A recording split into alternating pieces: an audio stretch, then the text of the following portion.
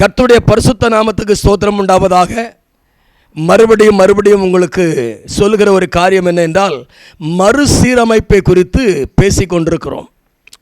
மறுசீரமைப்பில் ராகாபை குறித்து தொடர் செய்தியாக சில காரியங்களை பேசுகிறதை நீங்கள் கவனித்து கேட்டுக்கொண்டிருக்கீங்க. ரொம்ப நன்றி, வாழ்த்துக்கள். இப்பொழுதும் அந்த 1 நாளாகமத்தின் புஸ்தகம் 17:17 கர்த்தாவே நீர் என்னை மகா மேன்மையின் சந்ததியின் மனுஷனாய் பார்த்தீர் என்று இந்த காணொளியினுடைய கடைசி தொகுப்புக்கு வருகிறோம். நிறைய காரியங்களுக்கு மறுசீரப்பில் நிறைய இருக்குது. இந்த ராகாப் விஷயத்துக்கு ஒரு முடிவு உண்டாக்கணும் இந்த நாட்களில். அது இந்த காரியத்தில் அப்போஸ்தலனாகிய பரிசுத்த யாக்கோபு எழுதின நிருபம் 2ஆம் அதிகாரம் அவருடைய 25ஆம் வசனம் நினைக்கிறேன். ஆமாம், 25ஆம் வசனம் தான் வாசிக்கிறேன். அந்தபடி ராகாப் என்னும் வேசி தூதர்களை ஏற்றுக்கொண்டு வேறு வழியாய் அனுப்பிவிட்ட பொழுது கிரியைகளினால் அல்லவோ நீதி உள்ளவள் ஆக்கப்பட்டாள் அப்படின்னு அந்த வசனம் முடியுது. ஏன் ஆவியானவர் பழைய ஏற்பாட்டு சம்பவத்தை புதிய ஏற்பாட்டில் கொண்டு செயல்படுத்துகிறார் அப்படின்னா அது நிறைய காரியங்கள் இருக்குது. என்ன காரியம் அப்படின்னா, இந்த ராகாப்புக்கு கிரியை செய்வதில் அவ்வளவு இன்பம், உதவி செய்வதில்.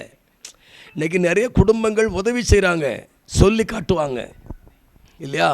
நான் உனக்கு அன்னைக்கு தந்ததுனால தான் நீ இவ்வளோ தூரம் வந்திருக்கா அப்படின்பா. அப்படிலாம் இல்லை.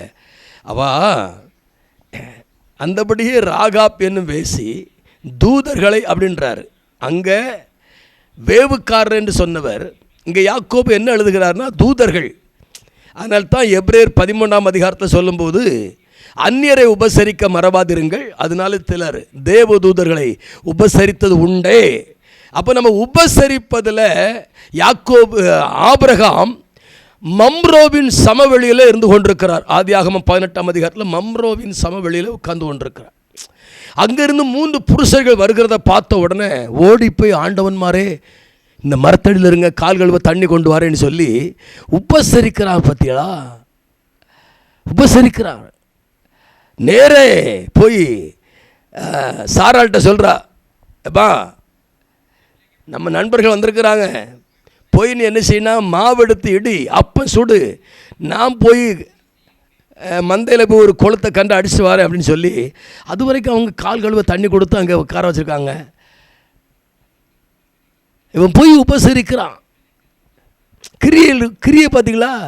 அதனால்தான் 2 பேர் சோதம் குமார பட்டணத்தை அழிக்க போகிறதுக்கு முன்னால் ஆபிரகாம்கிட்ட கேட்குறாங்க.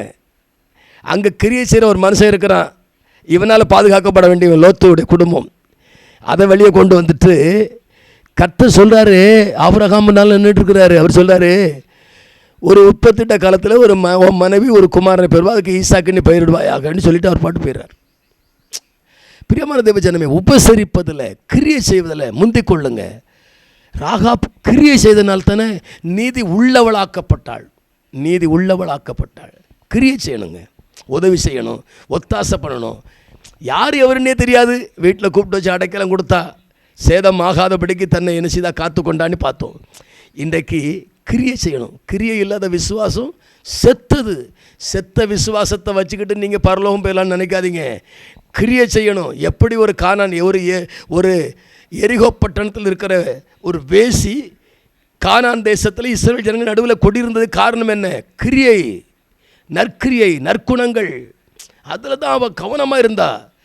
நான் தன்னுடைய வாழ்க்கையை பற்றி அவள் கவனிக்கலை, அவள் கிரியை செய்ய ஆரம்பித்தாள். ஈசாக்கை பலிபீடத்தில் வைக்கும்போது கிரியினால் தானே அவன் ஆசீர்வதிக்கப்பட்டான். அப்போ நாமளும் கிரியை செய்யணுமா இல்லையா? செய்யணுங்க. செய்வதனால் வரக்கூடிய நன்மைகள் அநேகம் இருக்கிறது. அதனால் நீங்களும் கிரியை செய்து ஆசீர்வாதத்தை சுதந்திரித்து கொண்டு நீதி உள்ளவர்களாக காணப்பட உங்களுடைய கிரியைகளை தேவ சமூகத்தில் வைங்க. அது ஜனங்களை உபசரிங்க. உங்கள் வீட்டுக்கு யாராவது ஊழியக்காரங்க வந்துட்டான்னா உபசரிங்க, ஜெபிக்க சொல்லுங்கள், காணி கொடுத்து அனுப்புங்க. அது ஐயர்வாளாக இருக்கட்டும், பாஸ்டராக இருக்கட்டும், இல்லை சுவிசேஷகராக இருக்கட்டும், யாராக இருக்கட்டும், யார் மேலேயும் வருத்தப்படாதீங்க, கொடுங்க. அந்த கிரியைக்கு தக்க பலனை கர்த்தர் கொடுப்பார். உங்களோடு கூட நான் அளிக்கிற கிரியை பலன் என்னோடு கூட என்ன செய்து வருதுன்றார். அவனவனுக்கு நான் அளிக்கும் பலன் என்னோடு கூட வருதுன்றார். அந்த கிரியைகளுக்கு நீங்கள் பாத்திரவனாக இருக்கும்படி கிரியை செய்யுங்க. சரிங்களா? சரி, ஓகே. ஆமேன். God bless you.